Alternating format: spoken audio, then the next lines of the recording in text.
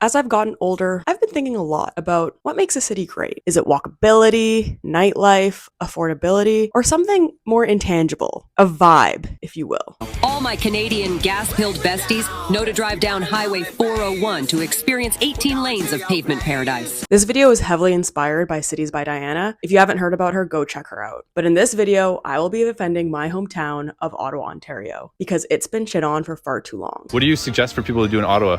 Leave. Ottawa, Ontario, the city that fun forgot, home to SoundCloud rappers and world star fights.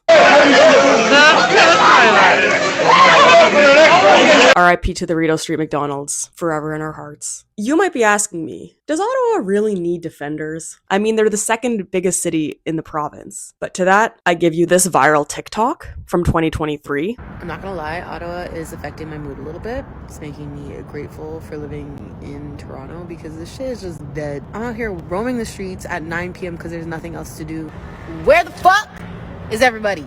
And even YouTube travel vloggers have gotten in on the trend. One question remains. Is Ottawa really the most boring city in Canada? I definitely agree that it is very boring. So yeah, I'm about to defend this city. Disclaimer, I do live in Toronto, but having lived in both Toronto and Ottawa, there are some things that are really great about Ottawa that we don't find here. I'm gonna be an Ottawa defender for this one, okay? Ottawa is the middle child, constantly stuck between the parentified eldest and the free-spirited youngest. Number one, city layout and urban planning. I get why people shit on the infrastructure of Ottawa. It's 7:50 on a wet May Monday morning.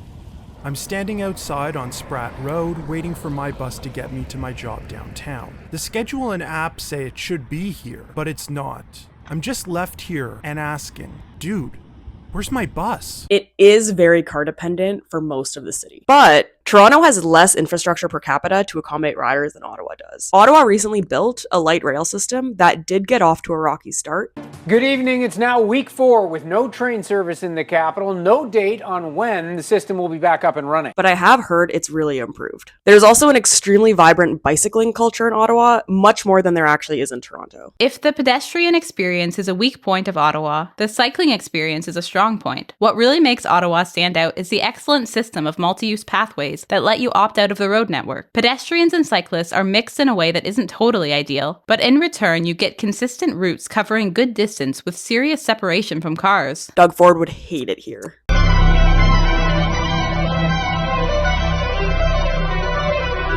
The bike paths aren't cleared in the winter, so you can only actually use them for 8 months of the year. I'm gonna take a point off for that because you should be able to use them year round. In cities with cold winters, there is almost no correlation between winter temperatures and the amount of winter cycling. It is a complete myth that people do not cycle in the winter because of the cold. The downtown areas like Byward, Centertown, the Glebe, Ottawa South, etc. are all decently walkable. You can live in Ottawa without a car. My friend is 28, has lived in Ottawa her whole life and still doesn't know how to drive. She gets around pretty well. I know I promised you I was coming home, but it looks like I'm gonna have to break that promise.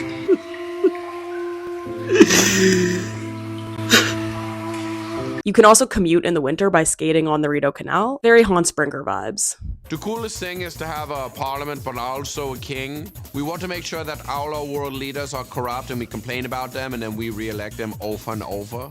The worst country is America and the coolest people are James Dean and Ronald McDonald. The entire Quebec side of Ottawa is connected by a different bus system than the OC Transpo, which does make it kind of challenging to get around if you live in the Quebec side and want to go to Ontario or vice versa. A lot of the STO drivers also don't like to speak English to you.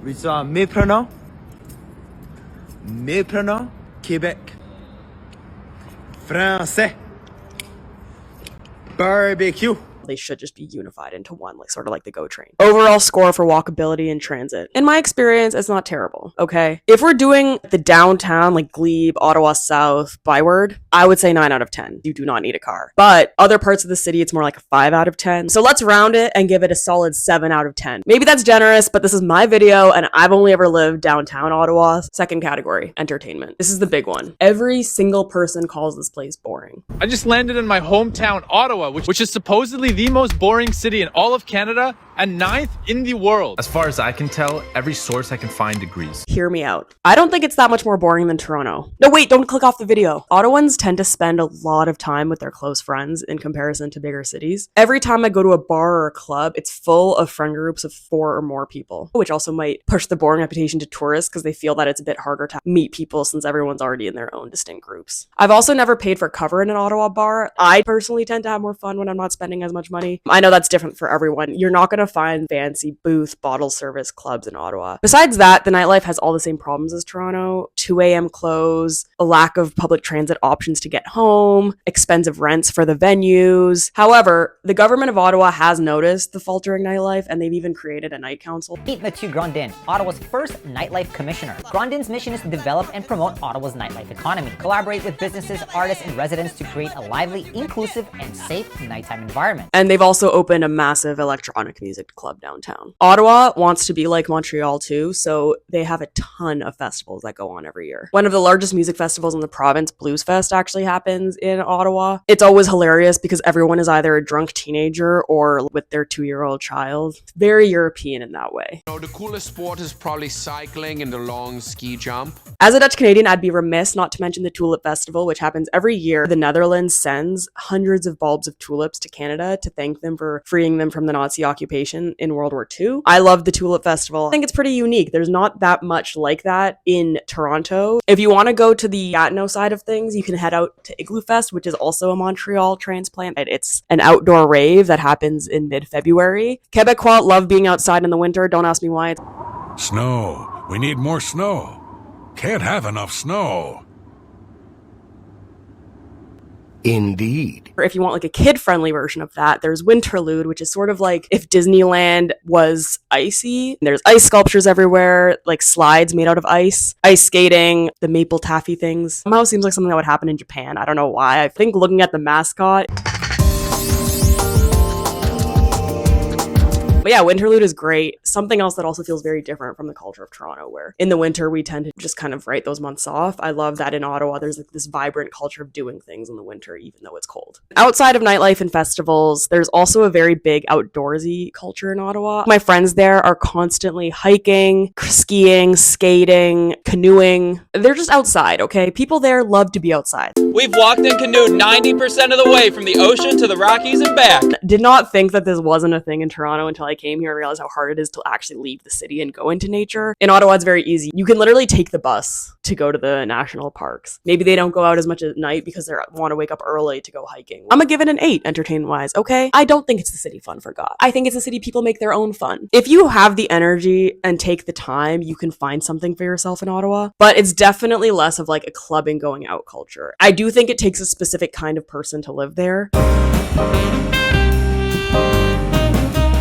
So Ottawa gets its boring reputation from the fact that almost all of the people who live there are employed by either the government or Shopify. But this also means that the people who live there benefit from high salaries, stable jobs, and good work-life balance. The most practical cities in Canada, financially speaking, are Calgary, Edmonton, and Ottawa. They have the highest median incomes in the country, higher than Toronto, Vancouver, and Montreal, while having less insanely inflated housing. And as mid-sized cities, they're also only one step down in terms of the size of the job market. The average salary for those ages 25 to 54 in Ottawa is $74,900, while in Toronto, it's $71,900. So it's pretty similar, but it's notable that Ottawans, on average, make 5% more than Torontonians. However, the rent prices in Toronto are 28% higher than they are in Ottawa. And with buying your property, it's an even more stark difference. The average home price in Toronto is $1.1 million, while in Ottawa, it's $600,000. And that's not to say that Ottawa has cheap housing. They've definitely been affected by the housing crisis that we have in Canada. Ottawans tend to have a little bit more money left over to just spend. And these numbers aren't even considering the fact that in Ottawa, you can always choose to move to the Gatineau side, where rent is significantly cheaper due to the fact that it is in Quebec.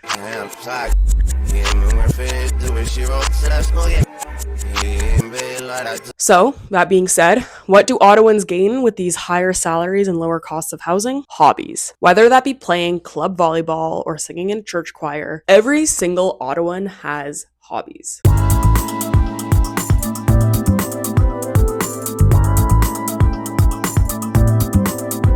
Anyways, for affordability, I'll take off points for the insane prices of certain neighborhoods. The glebe. So I'll give it a 6.5 out of 10, like a C+. For Canada, it's okay, but that's not saying much. Number 4, culture. This deserves its own section because Ottawa has a very unique culture. Ottawa is bilingual, which is something I think is very cool about the city. Also, the food in Ottawa is very, very good. Cochin Kitchen is some of the best South Indian food I've ever had. Brassica, if you like fine dining and fancy atmospheres. El Camino for white people taco night. And Cantina Gia for Italian that's better than Tironi. Sorry, Queen West girlies. There's a pretty decent art scene there. The National Art Gallery, the Ottawa Art Gallery, the National Arts Center, which hosts performing arts, and a ton of independent galleries such as the Saw Gallery. The one thing I will say, the entertainment industry overall is lacking. Like, if you want to do comedy or acting in Ottawa, you're kind of shit out of luck. Overall, I think it's about a 7.5 out of 10 for culture. Like, it might not be Berlin. Then we go for work for like 1/2 hour, 2/2 hour. But for a medium-sized city in North America, it's pretty good. If we're going to compare Ottawa to the US, I would say the most similar city is Boston. Yo, free coffee! I got the big one! I got a free coffee right there, man. Also, a YouTuber ran for mayor, so give us some credit. I am running because I've lived here my whole life. I want to build a big wall. I'm going to call it the Ottawa Wall, and it is going to be for the purpose of an Ottawa exit. Too long, don't read. Too long, don't read. Ottawa is living in the past, but in a good way. The higher salaries and the lower cost of living give it kind of a vibe, as if the 90s aren't dead. Do you remember the 90s? And people were singing about saving the planet and forming bands. There's a place where that idea still exists as a reality, and I've been there. And fashion-wise, they're definitely living in 2016. I only have one tattoo. It's a dream catcher over my heart that reads, believe. If there's one thing I want to say to those politicians out there, love is love. Obviously, I know it's not everybody. There's definitely going to be marginalized and privileged people everywhere. But as I said, the average Ottawan does have a higher quality of life than the average Torontonian, and it does show in the way they patronize other businesses and the way that they live their lifestyles. I always feel like Torontonians are barely holding it together financially, and even the rich are just scraping by and trying to keep up with the ballooning cost of living.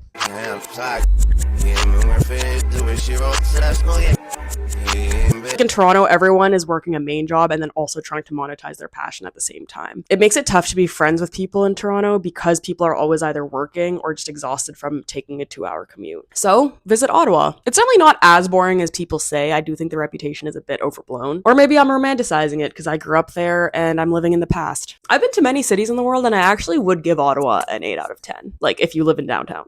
If you live in Barrhaven, your lifestyle is like a 3 out of 10. Sorry to the Barrhavens. As I always say, I'd rather be dead in downtown Ottawa than alive in Brampton. Oh, my biggest pet peeve is Torontonians from the suburbs who come with me with that Ottawa's boring. Like, bruh, you live in fucking Burlington. Burlington. Ugh, Ottawa's boring and you live in Burlington. Like and subscribe for more Canada-specific content. I post monthly or whenever I can. And be sure to leave your favorite OC Transpo bus route in the comments. Mine is the number 7 bus because that route has been the same since I was a child. Let me know what yours is. Bye.